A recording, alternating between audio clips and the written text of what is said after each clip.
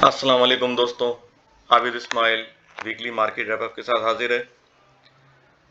इस वीक की क्लोजिंग अगर हम देखें, अगर हम एक नज़र पहले डेली चार्ट पे देख लें। ये मैं एक मिनट ये इसको रिमूव कर दूं ताकि आपको इजी समझ में आ जाए। ठीक है, अब इस जो है वीक की क्लोजिंग और डे की क्लोजिंग भी देखें तो उसी वहीं पर भी हुई है। तकरीबन जो है 43,000 46 था इसका, 43,029। ये एक स्ट्रॉन्ग सपोर्ट लेवल है। ये देखें जिस तरह डेली टाइम पर है। और 42,600 ये एक जो है सपोर्ट बैंड है, अपर बैंड और लोअर बैंड।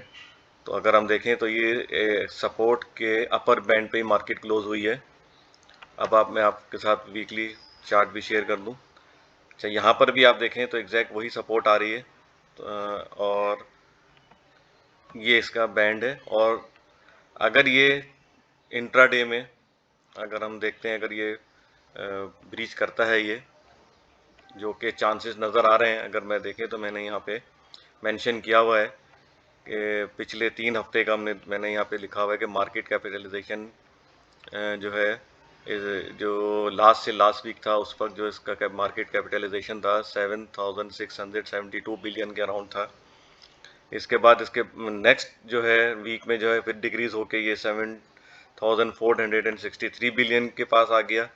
और इस हफ्ते की जो क्लोजिंग अगर देखें तो मार्केट कैपिटलाइजेशन है वो डिक्रीज होके 7,284 बिलियन पे इस वक्त स्टैंड कर रहा है। तो अगर हम वॉल्यूम के हिसाब से भी देखें तो वॉल्यूम भी डिक्रीज हो रहे हैं। जैसे हमने ये देखा, ये 385 मिलियन का था लास्ट वीक में। इससे लास्ट वीक में 493 मिलियन का वॉल्यूम जनरेट हुआ था। और इस वीक में जो है 307 मिलियन का वॉल्यूम जनरेट हुआ है।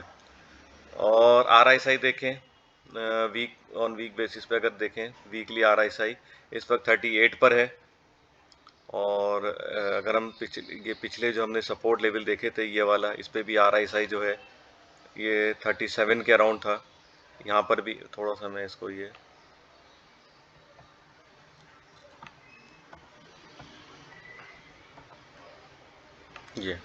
अगर हम देखें तो ये वाला RSI 37 के अराउंड है।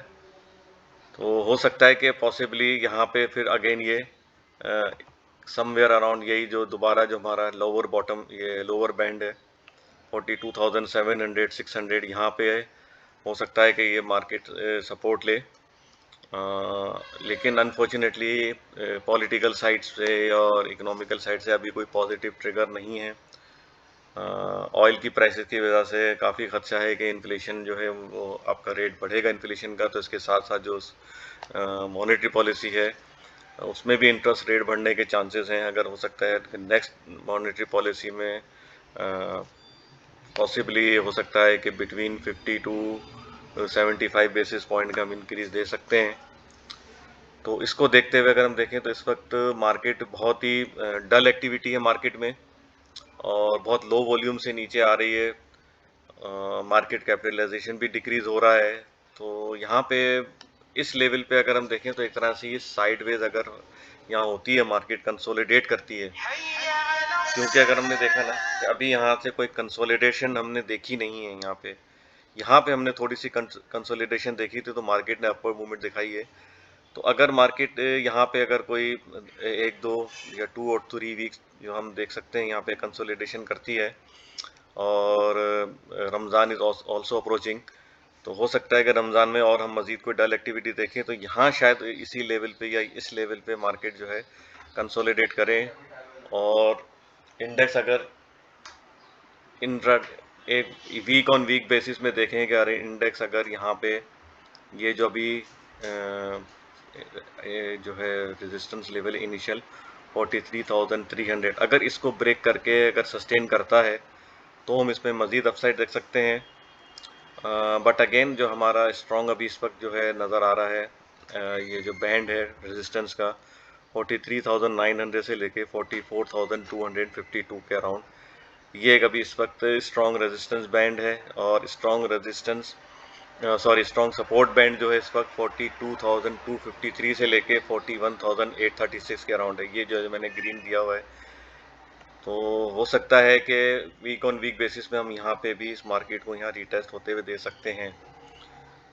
और अप साइड पे अगर हम देखें तो 45,000 एक बहुत ही मेजर रेजिस्टेंस है। अगर इसका ब्रेकआउट मिलता है तो फिर हम मज़ीद अपसाइड देख सकते हैं। ठीक है, और ये जो 46,300 है, ये एक हमारा टारगेट होगा। इसके बाद फिर सेकंड टारगेट 47,300। अगर इसका मार्केट ब्रेकआउट देती है तो फिर हम इसमें मज़ीद अपसाइड देख सकते हैं। तो इसी को देखते हुए मैंने कुछ ज़्यादा डिटेल इसलिए नहीं बताई कि मैंने सिर्फ इस वक्त प्राइस एक्शन पे के थ्रू आपको समझाने की कोशिश की है कि इस वक्त मार्केट जो है वो प्राइस एक्शन के अकॉर्डिंगली चल रही है। तो उसी को हम देखते हैं, मद्देनज़र रखते हुए अगर हम देखें तो ये जो मैंने ग्रीन, ब्लू और पिंक, ये स्ट्रॉन्ग रेजिस्टेंस है, ये एक सपोर्ट, वीक सपोर्ट है, ये स्ट्रॉन्ग सपोर्ट है, ये स्ट्रॉन्ग रेजिस्टेंस है। इसी को देखते हुए आप अपनी ट्रेडिंग स्ट्रेटेजी को है वो प्लान करें। अच्छा, आज जो मैंने स्टॉक पिक किया है वो है टीआरजी। टीआरजी इस वक्त मैंने जैसे मैंने पहले भी कहा था कि टीआरजी का पूछते रहते हैं, और वैसे भी ये काफ़ी वॉलेटाइल है, और जो डे ट्रेडिंग करने वाले हैं उनके लिए उनका ये काफ़ी फेवरेट स्टॉक है, क्योंकि उसमें वॉलेटिलिटी बहुत होती है। अच्छा, हम अगर हम डेली चार्ट में देखें तो टीआरजी की ओपनिंग गैप से हुई थी। ठीक है ना, यहाँ पे 75, 59 या 60 का अराउंड इसको ओपन होना था, लेकिन ये ओपन इसने यहाँ ओपनिंग यहाँ पे दी है 73 के अराउंड। तो सॉरी, 72, 25 के अराउंड, और 73 का हाई किया है। उसको मैं थोड़ा जूम इन कर लूँ ताकि आपको इजीली समझ में आ जाए। ये देखें, ये इसकी गैप ओपनिंग हुई है यहाँ पे, और यहाँ पे जो एक इनिशियल रेजिस्टेंस है यहाँ पे भी एक मैं लाइन ड्रॉ कर देता हूँ, ये वाली।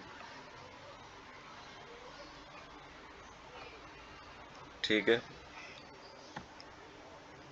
ये रेजिस्टेंस है इनिशियल इसकी, और इसी को इसने रीटेस्ट किया और इसकी क्लोजिंग जो है 71 के अराउंड हुई है। अच्छा, अभी हम देखें तो इसका RSI जो है, RSI में इसमें RSI लिख देता हूँ। RSI भी इसके काफ़ी लो है इसके। हाँ, RSI पर अगर नजर डालें तो इस वक्त शायद 37 के अराउंड है, और इसकी सपोर्ट जैसे मैंने पहले भी अपने इसको मैं हटा दूँ ताकि ये आप, हाँ, इस वक्त सिर्फ प्राइस एक्शन का हम स्टडी करेंगे।